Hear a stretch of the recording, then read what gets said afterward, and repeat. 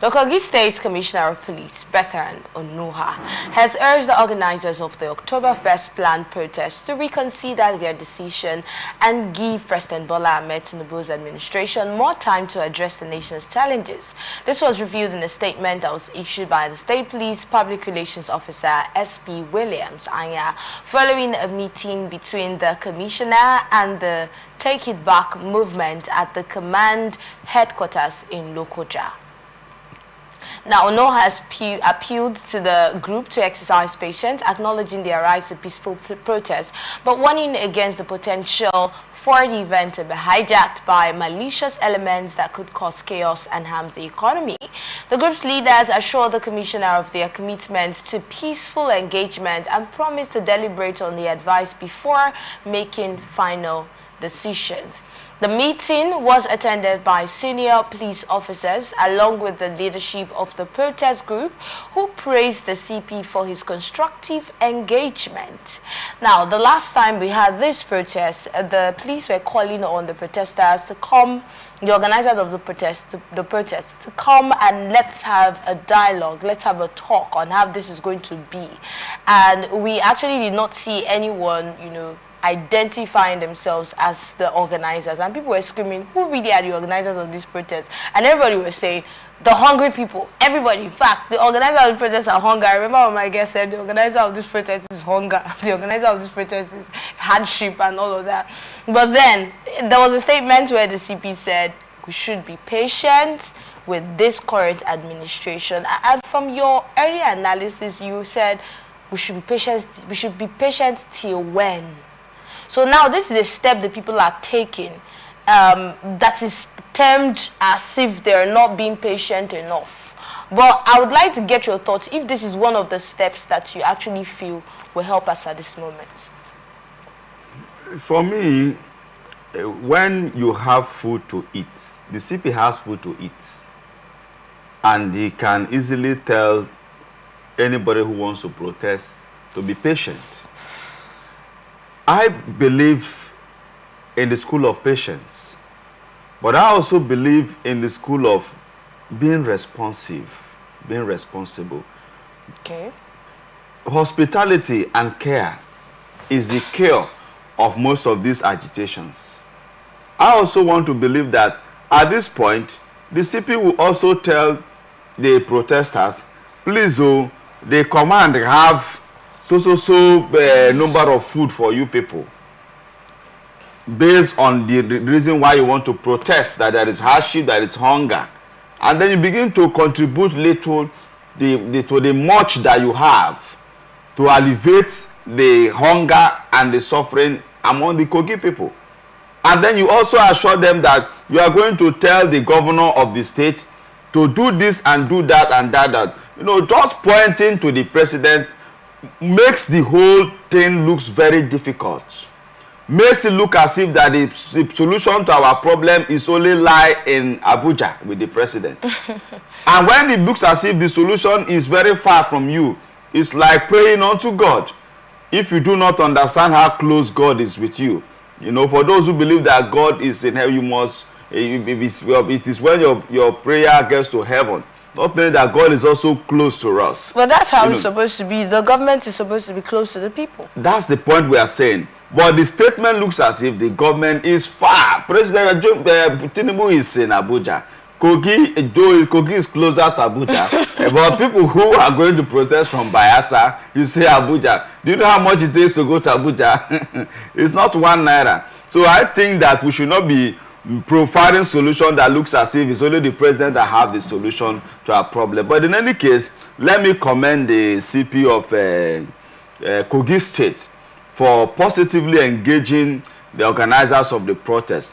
But my prayer is that those who will be out to protest in Kogi State should be lawful, and the government of Kogi State and the federal government too should in speedy rates begin to look at solutions that will help our country. Before we go to the solutions that will help our country, which you would prefer, let's go back to the statements where you were talking about the people seeing the president as really far, right? The federal government as really far from them. And then you laid it down to the CP statement. What part of CP statement referred to the president being the one to handle all of the situations? No, it said that the people should give the president. Yes, this administration. Yes, this administration. Yes. Sometimes to fix the economy. Which is a wonderful presentation. Of course, he's speaking on behalf of his boss, because the president is the commander-in-chief of all armed forces. So he's not wrong. But I'm also saying that as a commissioner of police in the state, who relates with the governor of the state, is the IGP that relates with the president, not the commissioner of police. So as commissioner of police, you owe the duty of ensuring that the government at your level, at your state, is positively engaged. Because part of the police work is not just reactive. When you know the signs that could cause crime, hunger can cause crime, failures of government can cause crime. So it is in your duty to advise the governors of the states. His Excellency, we think you can fix. Most of the police, commissioner of police, are well informed. Most of them are well read. They are experienced people. So they have experience on what to suggest and recommend to governors. And if governors want to take them serious, they can make a big difference. So not all police officers are dummy. We have sound police officers. So I want to believe that commissioner of police should not just be waiting for protest time. We should also see them engaging the government of their state, saying that this community, we have with our security report, we discover that they are not happy with this situation. Their roads are bad. They do not have power. Do you think the government of a state would not know that a particular area of that state do not have power, do not have roads or electricity or basic amenities? No, who makes a statement matters. There are people men of influence. If the commissioner of police makes a statement on why this area needs to be given attention, the governor will take it for serious. What happened to the people who have been laid with that responsibility to make such statements for such communities? No. You see, like the leadership of those communities, are they not supposed to be working with the government? When those leaders make those statements, it will not be taken for too serious. Why? No, I know the kind of governments that we have. Why? Because one, the governor will feel that this traditional ruler that is speaking, I'm the one that recognized him, either as first class, second class, or third class, and I can withdraw his staff of office. So, chieftaincy has been politicized. It is whosoever the governor recognizes that becomes, a chief. Okay, so that's what you think. Now, no. It's not what I think. It's the reality. It's what I know. Let us assume that is the reality, right? Now, whoever you say the governor chose, right, is now the leader according to your statement. Let's just assume. No, not choose. Whosoever the governor recognizes. It's just synonym. Now, that is the person that is the leader of that community, right? So why would you not want to listen to that individual that he, according to you, recognizes? It's not making any sense. No. You see, there's difference between listening and having the influence that he ought to weigh. If an area commander speaks to a governor and the commissioner of police speaks to the governor, of course, the governor will take that of the commissioner of police more serious. That's the reality.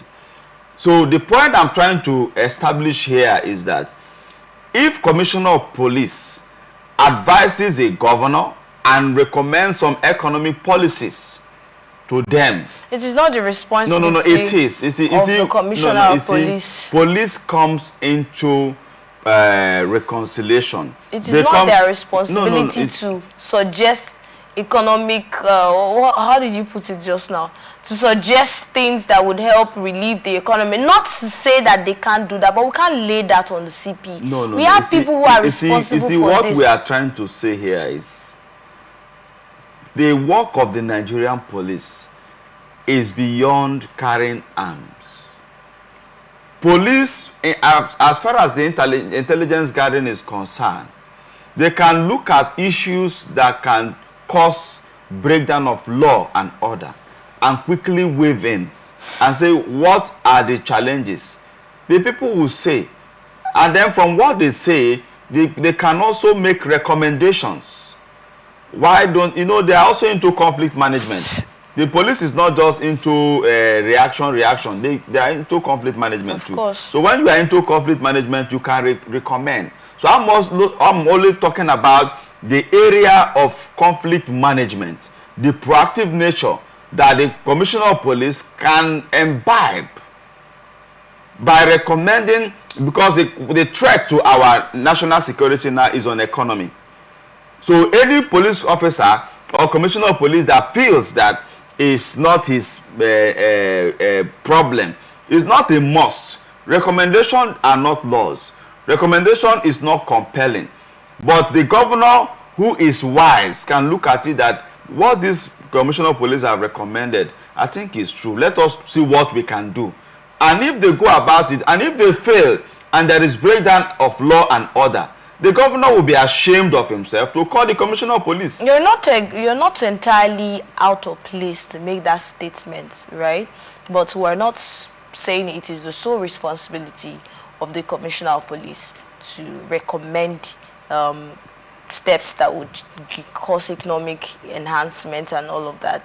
Because, but then I'm wondering, I'm going back to the statement you made about having influence. So you need to have influence before you can place or lay down the challenges of your community as a leader in that community. That is the part that I'm so trying to put together. You see, saying that they need to have influence. Yes, leadership. Before that can actually happen. Yes, leadership is influence. So being the leader of that community is not enough influence to cause a change in that community. You see, we have we have levels of influence.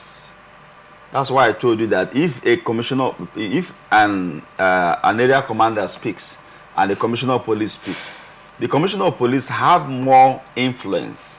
We are not saying that those community leaders do not have influence, but their influence may not be as strong as when the Commissioner of Police is lending his voice.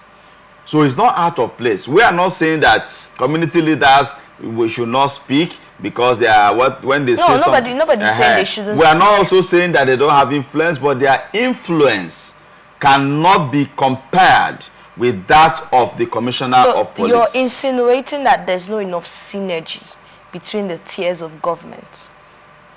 At what level? You're insinuating that there's not enough synergy between the state governors and down to the people now, and every single leader that is in between. No, you see, down to community leaders. Realistically, many a times the governors have no respect for some traditional rulers. Many a times the governors have no time for these community leaders to have access to them.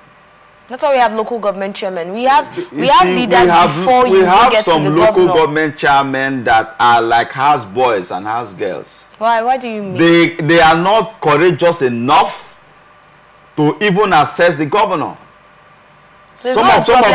Most of them can't assess the governor. Most of them will assess either the chief of staff or the SSG, who will now carry the message. Either it may not go the way he ought to go. So we have bureaucracies in government. Not all local government chairmen have access to the governor. Not because the governor doesn't want to give them that access, but because, according to you, they are not courageous enough to get to the governor. That's what you're saying. One, if the governor have stated that if you want to see me, go through the chief of staff, go through the SSG, what will you do? So we are looking for a system where the local government chairman will have access to the governor. And some of the local government chairmen too are careless. Some of them are not responsible. They are not responsive. What happens to their people is not their business. What they are interested in is the allocation that comes, how will it be shared. The new property they want to buy in Owerri.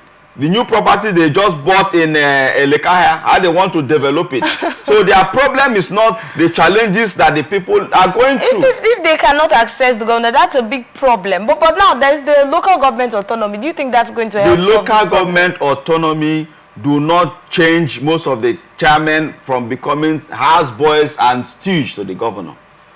But because now I can tell you for free, in every local state that they want to conduct election right now, the governor will determine 100% of who becomes the candidate of the party, who becomes the local government chairman, in collaboration with the state independent election committee. That is not a statement of facts, all right? So we'll just see it as a pass-by statement. When you say it's a statement of 100% fact. If you can give us and show us the fact. I have given you. You've not shown. For instance, anybody can make a statement. For instance, let me tell you. I will come back here with you again. Today, Rivers State government, they are going to have election in Rivers State, and then the party that the governor has adopted is AA, right? And I will come back to tell you here that after the elections on Saturday, all the LGA chairmen will be those ones from the governor's adopted party. So do you want to tell me that all the people that are going to contest are the people that are loved by the people of their LGA? It is still not a so statement. No, I'm only telling. This is a media and we work with facts. Well, it's okay. If you had facts, maybe a video of the governor saying it, or facts that we can hold on to, that we can listen. But until then, it is just a KA making a statement. No. It's a prophecy. but let's move on now. You said you would come back to that place. We're talking about the local government autonomy now, and how exactly this would actually change. What exactly this would change in the first place with the bureaucracies that you have mentioned in reaching the governor. Now, if there are some funds that they would have to apply to with the governor, they don't really need to go about all of those things again. Now they're in charge of their finance. How do you think this will get to affect? You see, the issue of the autonomy starts with the election. If I am the one that influenced you being the local government chairman, if I am the one that influenced who made recommendation and nominations of who become a councillor, you as the local government chairman, you must still be loyal to me. Of course, local government autonomy do not say don't be loyal to constituted authority. But the truth is that all the local government chairmen, anyone who refused to follow the directives of the governor of any of the states, may be shown the way out. Because the local government chairman may not have the money to influence the councillors not to impeach him. So local government autonomy do not give the 100% guarantee the way our politics is being run. So if, for instance, I want to be a local government chairman without the interferences of the governor. But of course, in every state they said the party that the governor belongs to, the governor is the leader of the party. So he must ensure that his party wins election. So we having autonomy is, I can just say, it's partial autonomy. But the governors will still demand the loyalty, 100% loyalty. The local government chairman will still take some 100% directive from the governors for any implementation. So I think that the autonomy will still fail to a reasonable extent if the governors are still the ones determining who becomes a local government chairman, who become a councillor. Then we are not really in for autonomy. This is not something that is provided in the constitution, that the governor, would be in charge of who to pick who. But how do you think we can get out of this situation? This situation you just painted now, if that is really the case, how do you think we cannot get out from it because the governors are intentional on who becomes what. You don't have the resources to fight the governor. You don't have the strength to challenge the governor. So the kind of democracy we run right now is not the kind of democracy that we believe and we read on. theoretically is government of the people, for the people, and by the people. But practically is the government, you know, controlled or owned by the governors at the state level. So it's not the government owned by the... That's why when you want to say, Governor, remove this man. Mr. President, remove this man. After your protest and after all your agitations, will it work? It will not work. The people do not really have the strength. The people do not really have the power. So I want to think that if we must make progress as a people, there must be freedom of who becomes what. But I can tell you that no governor will allow that because of the structure that they used to achieve through the local government. Your thoughts. Thank you so much.